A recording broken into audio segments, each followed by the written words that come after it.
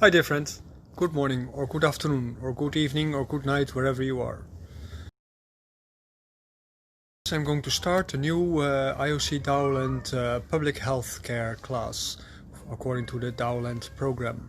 I look forward to see you there and talk with you. Our theme today is going to be meditation. See you in a moment. And for this we have to ask ourselves a few questions.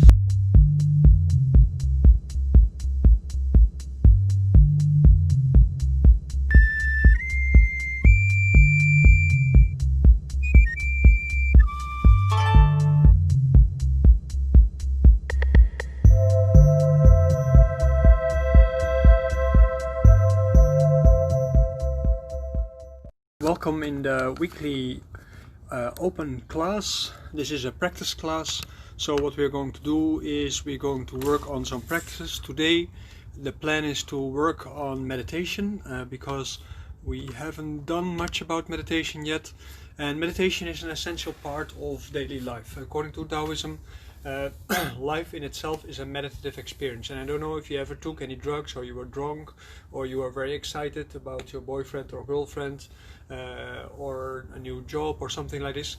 You feel very much elated, but the excitement also brings you out of the natural harmony that you are supposed to be in. The restoration of the natural harmony is basically the function of meditation, and meditation wants to bring you to a neutral state. And a neutral state means that nothing is very active. In the same time, while in meditative state, you will be able to open up all your sense organs so that you become aware of everything that's happening around you and inside you. Your attention has to be split 50% outside, 50% inside. Sort of 50% is not a precise number. As a result of that, you are able to make minor corrections in your body posture, and secondly, you're able to embed yourself more in the environment around you. And it doesn't really matter what kind of environment it is. One of the places where I used to learn to meditate properly is on busy traffic crossings and in punk concerts, where punks would go pogo and try to fall over you because you sit in meditation, because they think you're crazy. And nowadays I have the benefit of having my children who try to distract me, so they also help me to focus more on my meditation, because that's the whole point of the meditation, is to make sure that you're all the time focused on the experience of being there in that moment, within the context of your past history and your future history. So it is an all-inclusive awareness, you can say, and this is in Taoism called mindfulness. In Buddhism, mindfulness is more a mindfulness of a mental process as being, and in Taoism it's more about life as being.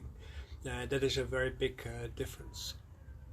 There's all kind of meditations going around, and most of the meditations, they try to make you feel good about yourself, or they try to work on your health, and these are legit meditations in some cases. But you have to understand that as far as Taoism is concerned, when you are elating yourself to a higher level, it also goes at the expense of something else, because higher elation means being more like fire, and more like fire means you need something to light up the fire. Fire doesn't exist without itself, and your life, which is in the Wu Xing theory a wood element, is actually what is being lighted up. So this is what we try to avoid. So meditation is actually the process of watering your life, moistening your life, and calming your mind, calming your body. Yes, meditation can help you resolve stress issues over time. Meditation is a very slow process of resettling the content of your mind, your feelings, and your body. Hi Chrissy, that's a long time that I didn't see you. Nice to see you again. And when you are meditating, of course, you have to try in your meditation to stay thoughtless and feelingless. Basically, that's it. So as soon as you start feeling, you start becoming judgmental, and the whole process of meditation is in that sense to try not to have any feelings. And that doesn't mean that you should kill your feelings or suppress your feelings, but you should calm so much that your feelings basically dissipate. And as a result of the dissipation of your feelings, your mind actually restructures itself. And the other part of meditation, you should not do meditation without studying. You need to study, you have to have a basic theory of life to be able to give direction to your life. And as far as I'm concerned, of course, Yin Yang Wu Xing and so on is a very good theory, as long as it is detached from our westernization. Because the westernization of these theories, they make it like a simulacrum of well, whatever is used in modern Western esoterics, as a result of our neoliberalist views on spirituality. So in that sense, that's important. And then on the other side, you have to understand that meditation works best in hardship. That means that you should not try to prop up your body to have a comfortable feeling in meditation. The thing is that your body is going to find it hard to meditate. And this is why the first stage of meditation is usually called daoist, or fighting and sitting at the same time. While in a later stage, when you're more calm, it becomes more like mingzuo. It means that you experience yourself as light. That light is coming about because of the sensitivity created because of not having any thoughts, not having any feelings. You try to learn to meditate without using any seals, hand seals or anything like that, to make sure that meditation actually really happens. Your heart has to calm, your lungs have to calm, your liver has to calm, your intestines have to calm, everything has to calm, and your body has to be opened. And a lot of the programs that we do in the Daoland program are there to help you with it. In your daily life, when you sit in your car, you eat your breakfast, or you are making love to your partner, or you're doing your work in the office, these are all moments where you can practice your body. And by doing this on purpose, by trying to open up and activate your body in the same way like you do in meditation, actually all these activities become meditation too. So as a result of that, eventually you end up meditating 24 hours a day, because even when you sleep you can be in meditation. So let's have a start, and we go meditate from the beginning to the end. I have a limited amount of time as every Wednesday, but we will try to work on the things that are important in your meditation process. First of all, as you can see, I don't have any cushion or anything like that. When you sit on a soft bottom, usually that invites your body to become lazy. It's the same like when you use soft soles under your feet, like with some brands that I will not mention. These brands, they also provide you with soft cushioning of your walking, and as a result of that, the quality of your walking becomes less. You are more dependent on your shoes, and as a result of that, you are more likely to develop problems with your knees, your ankles, your back, and so on. But because you have stepped into a sort of a bingo process, you go buy more expensive shoes in the hope that then the process goes away. But that is not the reality. The reality is to only be dependent on your own activities. So at the moment when we start, first start with making your body long, and you'll lift up your spinal column, lift up and open, and take yourself at your feet. You can very simply ride a horse like you're riding a pony, and you're going like the function is to help you open up your lower back, but also to stretch up the tendons of your legs. You can stretch forward, then try to fold a bit. You don't have to fold a lot. At the moment when you go further than that, you want to open up your groin so that you have enough space for everything. So lift up. Butterfly with your knees, and make sure that your knees are butterflying in a relaxed way. Try not to be too much in a hurry, because if you are too much in a hurry, at that moment you basically tighten up your muscles, and that's not the point. At the moment when you go from this point, you want to stretch your legs further, and by stretching your ankles you prepare yourself for the folding of your legs. At the moment when you're sitting, try to sit on both your bottoms and try to make your spinal column long. At the moment when you slip to the other leg, the same, you try to make your leg long and you open up your legs. By paying attention to your movements in itself, you already start meditating. So this is what is called, how do you get these courses that nowadays are very popular. This is basically the preparation for meditation. The whole yoga process is originally meant by Satmarama as the preparation for meditation, and in itself, it is already a meditative process. It helps you to get into the meditative state as a sort of preparation ritual, where you try to open up your body and prepare for sitting in the right way at the moment when you meditate. When you lift up your foot, you bring it in front of your face, and you try to bring it as close to your body as possible, and you hold it for a while. You try to sit up straight, and then you push out your foot, and you use the pushing of your foot with your knee on the outside of your elbows to straighten up your spinal column. And then after that, you basically push your knee backwards around your back. I always make a joke, you have to make sure that you get 3 times around your waist, and when you get 3 times around your waist, you get a year-long free classes. But now you get it for free anyway. By the way, I also give a meditation fast track. That is for people who want to become a meditation instructor or want to learn more about the ins and outs of meditation, because through the online process I don't have enough members yet to facilitate a online class of meditation on a weekly basis. But in this class you learn all the ins and outs of the experiences you go through the meditation process. However, the order of the process experience is different very often for people, but there are definitely certain kind of experiences that you will always come across. And usually when people experience these things, they get into a sort of panic and they get out of the meditative state. So we practice them as techniques so that you have this experience already, and you can prevent that you get into that panic. Because every time when you panic in your meditation, you are being set back for a moment. The moment when you panic is when you start thinking, or when you start having pains in your body, or you start having all kinds of discomforts through which you want to adapt your body. You have to understand the meditative process is trying to not adapt. The meditative process is in fact trying to accept the things as they happen, just for the simple reason that that is just the best way to experience them. You see, I've now done my legs into a lotus position. You can do cross-legged, you can do half lotus, you can do quarter lotus, doesn't really matter. It is just what is comfortable for you right now. When you have the space and the relaxation, just try to go one step further until you can do it. And then when it becomes too tight, just relax it again, and then you go back when you're relaxed to the step further that you're already getting there.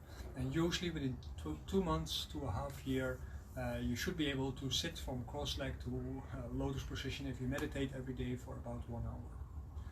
At the moment when you meditate like this, make sure your elbows are on the floor and you use your arms as a wedge to rotate your spinal column. And you do the same thing on the other side. If your spinal column says crack, crack, crack, crack, that's a good thing, because it means the tensions between the spinal columns are being pushed away. Your left hand goes to your right knee, and then your right hand goes on the side, and you can use both arms to rotate backwards. Keep your spinal column straight in the same way the other way around. At the moment when you are sitting straight, rotate your neck. Make your neck long when you do that, and also the opposite direction. It helps you to relax the muscles of your neck and to activate your nervous branches that are going through there, and you embrace yourself around your chest. You rotate in the same way. By doing these exercises every day before you meditate in the same order, you actually condition your body to get into a meditative state. It helps you to become calm and trusting in your meditation process, and as a result of the trusting in the meditation process, it becomes easier and easier to meditate and to give yourself to the process. If you want, of course, you can play this video every time, but it is of course much better to rely just on yourself. And you can watch this video and play with it, but my advice would be to use it only a few times so that the meditation process becomes yours. Listening to the tape is always bad for your meditation process on the long run. to have a teacher all the time telling you on a tape or on a video what to do is eventually going to take the creativity out of the process, so that you eventually become like a robot instead of a meditator. A meditator is an organic process and it is not a robot. Affirmations, confirmations and keys through as what you should do every time in meditation.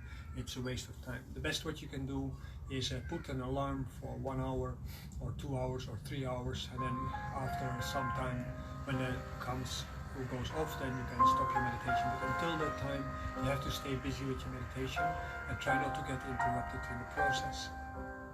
Like I said before, when you meditate, try not to lock yourself up in all kinds of keys, because as a result of that you will lock up your body and take away some of the freedoms. This is not the purpose of the meditation. The purpose of the meditation is to become calm and serene. At the moment when you try to force your breathing by ordering your breathing or anything like that, also in the same way you are taking away some of the restorative freedoms that you need to get to the position where you want to be as a good meditator. Your hands best relax on your knees. The warmth of your hands actually works calming for your knees so that they tense less. What might happen during the meditation process is that you get this numb feeling in your lower legs or stretch feeling in your knees. That is all possible. It will all go away after some time, because your body has an automatic reset after so much time being uncomfortable, and that is basically what you want to get into. By staying calm in your mind and keeping your sense organs open, you gradually become aware of all the things around you and you want to notice them. So at the moment when we're sitting here right now, what we want to do is we want to lift up the base of the skull, we want to lift up the chest so that the chest becomes more open, and we want to lift up the lower back. And as a result of that, the whole body, the internal organs, they get the space that they need to actually do their job properly. Your shoulders fall automatically in the right place and your hands fall relaxed, your elbows are relaxed, and at best you can lift them a little bit to keep a little bit of arm space if you want to. At the moment when you are sitting like this, then you can hold your eyes a little bit closed, but not completely closed. You can keep them completely open. You can blink if you want, but preferably not. But at the moment when you keep them a little bit closed, you get more attention towards your ears and your nose, and you will feel that slowly the pressure from your head will lower down, and you want to feel the body weight sinking on the floor, because with the body weight also your thoughts, your feelings, your pressures and so forth, everything sinks downwards and eventually pressurizes on the floor. At the moment when it pressurizes on the floor, you feel that the weight, the extra weight that you put on the floor because of calming, also has an upward surge inside your body, which is very tiny. And this very tiny surge is what is called the Qing. And this Qing is what is holding your body together and create coherence within your body. So in the meditation process, you want to relax so much that you can feel that sensitive tiny force, and you want to lean your body into that tiny force, and you want to cultivate that tiny force gradually so that the Qing becomes stronger and your body becomes easier and easier and easier in following that strength and making that strength stronger, so that eventually you become tireless in sitting straight. What happens normally is when people sit straight and they hold their muscles, they actually do a lot of work. But the meditation process is to economize your thoughts, your feelings and your body activity, and as a result of that actually become more efficient in using your body, so that you become tireless like children are tireless by continuously changing tasks. So let's try. We are all sitting right now, and at the moment when we are sitting, just keep your hands on your knees. If a lotus position or anything is difficult, you can sit on a chair, but at the moment when you sit on a chair, make sure you sit on the front of your chair, so that you sit like on a throne, and your heels are below your knees, so that your weight of your body actually leans on your heels. Your perineum should be on the edge of the chair and pushed downward, so that you're basically sitting like an old Egyptian statue in an Egyptian temple. That's the posture of emperors in the Chinese courts. And at the moment when you sit like that, you just hold your hands on your thighs in that case, and you sit vertically, and you keep your head on the top also relaxed, so that your crown actually gradually can open. What has to happen in the meditation process, because of the relaxation, is that this whole line and this whole line around your head gradually opens up, and that all the fontanelles become separated, so that you become extra sensitive and your brain has more space to function. It is a little bit of a weird experience, because in the process of 2 to 5 years you start noticing all kind of cracks happening in your head while meditating, and gradually the process changes. So you see, the meditation process is a very gradual development from year to year to year, and the whole point of meditation is that you keep on doing it until you become perfect in it. And at the moment when you are meditating, you gradually incorporate meditation automatically in your daily life. So let's try to be silent for a moment and try to meditate together for a moment. Try to experience the body, keep attention to the posturing of the body, but also keep attention to the space around you, so that you are not missing anything. Like Lao Tzu says in the Tao Te Ching, can you sit in your lazy chair and not missing anything in the world at the same time? Actually, he didn't say lazy chair, he said meditative chair.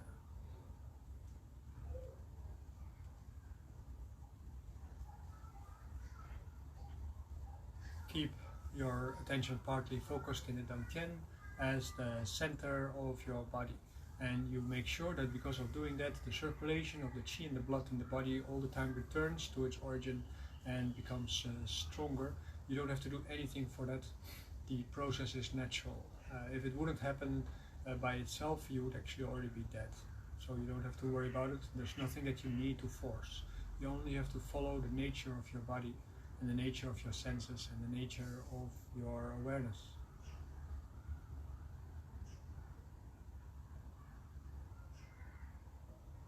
Keep your body open all the time. Work on your relaxation by sinking.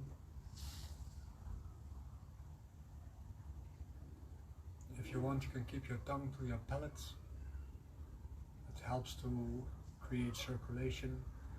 Normally your body automatically will do it for you, so you don't have to worry about it.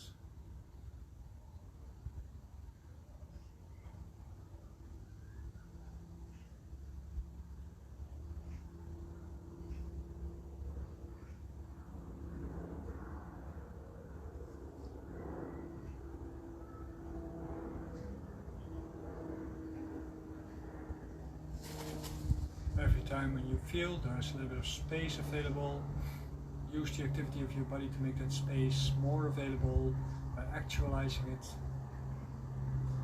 If bugs walk all over you, or your pet, or your children, or your husband or wife or girlfriend, or your neighbors or the police or the fireman, don't worry, just sit still, don't react.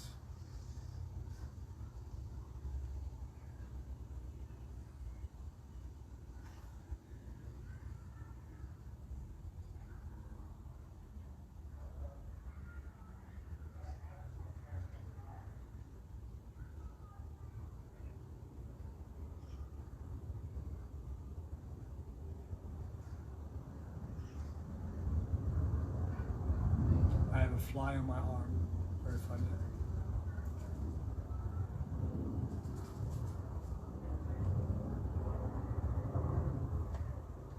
The nice thing about your sensitivity is that you can feel what it's doing, and it is sucking dirt from the sweat from the hairs of my arm. So you can feel it sucking, you can feel it's walking on your skin. You can feel the pressure when it is lifting itself up to fly away.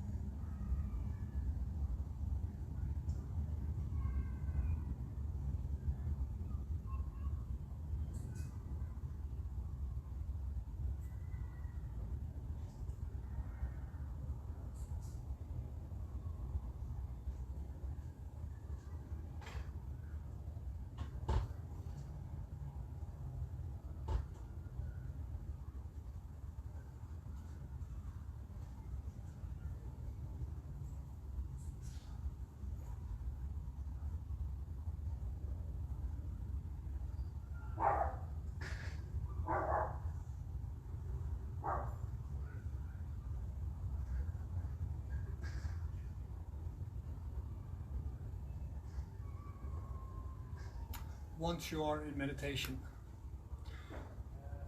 what is very important in the meditation process is there's not just a calming process, but there is also, because of the circulation, a continuous feeling of new pressures inside your body.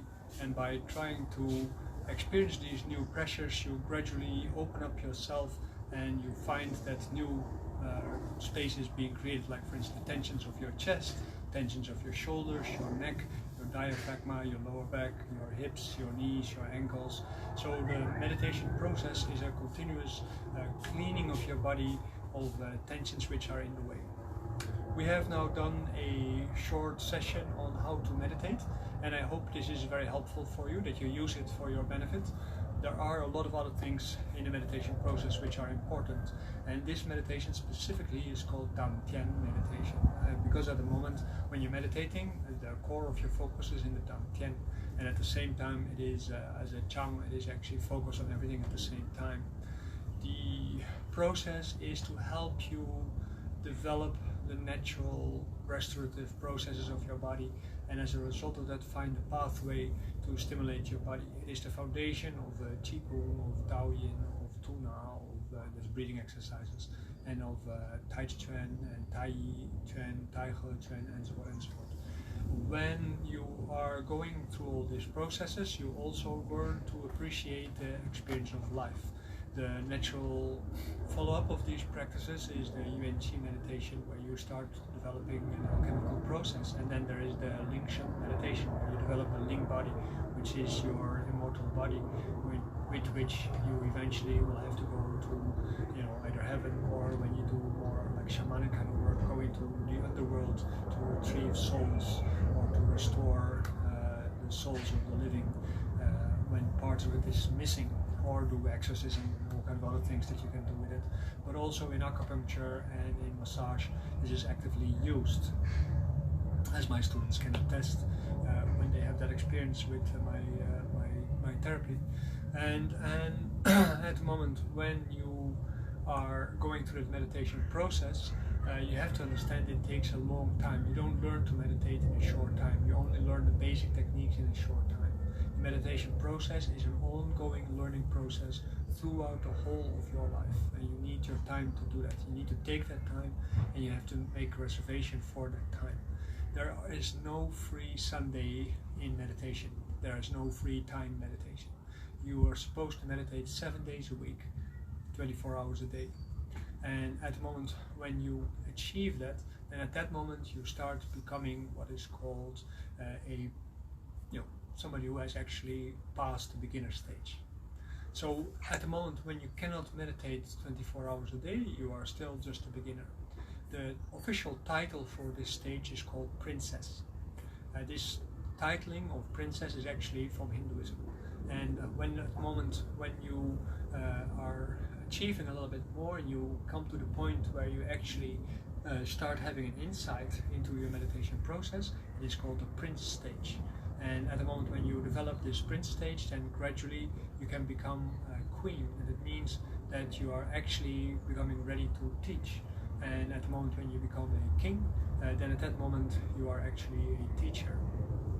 All these stages, they are going under the guidance of a qualified teacher. It is impossible to be guaranteed of a good, successful meditation career without proper guidance. It is very sad to say that people would like to do all kinds of things by themselves because they trust their own intuition. But intuition, I always say, tells me that cookies are good for me. And I know from experience cookies are not good for me. And some people, they feel like drugs is good for them. But from experience and from seeing in the world, drugs is good for you for a while, but it is not good for everlasting. Any drugs that is taken too regularly, that is once every 10 years, every 5 years, or more than that, is going to be damaging. Same like alcohol. When you drink alcohol, sometimes a glass, that is fine. But if you drink more than once a month a glass of alcohol, it doesn't become helpful for your health anymore. And at that moment it becomes gradually more of an addiction. And that is the same with sugar and with all kinds of other things. The whole process of meditation has to make you aware of the limitations of your body and your mind, and you find time after time after time that the limitations of your mind and your body are being caused by the things that you eat, drink, say, think, and so on and so on. So the whole meditative process is to disconnect you from there, and from there to try to build up a new you. And that new you needs a cosmology. And this cosmology is a systematic way of restructuring yourself and finding out what you are, not so much in the way how we see it in the West as an individual that is an expression of its experiences, but that you create experiences that create a kind of personality that is helpful in the context of the meditative process and in relationship to the immortality process that actually is part of Chinese medicine theory, and without which you can't understand anything much about Chinese medicine theory, and why it is also so much different from what is happening in Western medicine, and why Daoland healthcare as a system is emphasizing your self-reliance, and then from that self-reliance approach somebody if you really need any help. Because the first foundation for health always starts with yourself. So meditation is actually a first start. When we do fitness, when we do yoga, when we do Tai Chi Chuan, when we do practice application on opponents, when we do any other kind of practice, all these kind of practices all rely on a form of meditation. And it is best to have one meditation for everything. And the foundation starts always by the reset, the natural reset, and it takes on average 100 days, 1 hour a day. I hope this was helpful for you, and if you have any more questions, then ask them. If you have more questions, technical questions or anything like that, Friday also I have a theory class. You can ask questions there also. I'm going to say hello to everybody who was here that I didn't see yet. Hi Channing, hi Chao, hi Wilmar, hi La Donka. I don't know you actually, but I'd like to meet you, that will be nice. Okay, next time you can help me by either donating. I just received a gracious donation from one of the viewers last week, and that was actually very helpful for keeping these classes going, of course.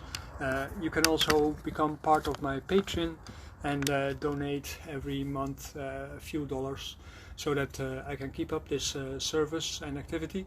You can also donate a little bit more and partake in all the weekly classes that we do, or even become a professional if you want to, a part of our team. And at the moment when you are becoming a donator, you also receive automatically first view of every video that I make for all the donators. Of course, there's several videos that I only make for people who are studying for professional work in these kind of fields, but that is a different process. I look forward to see you all again, and I'm happy to be able to give you this service.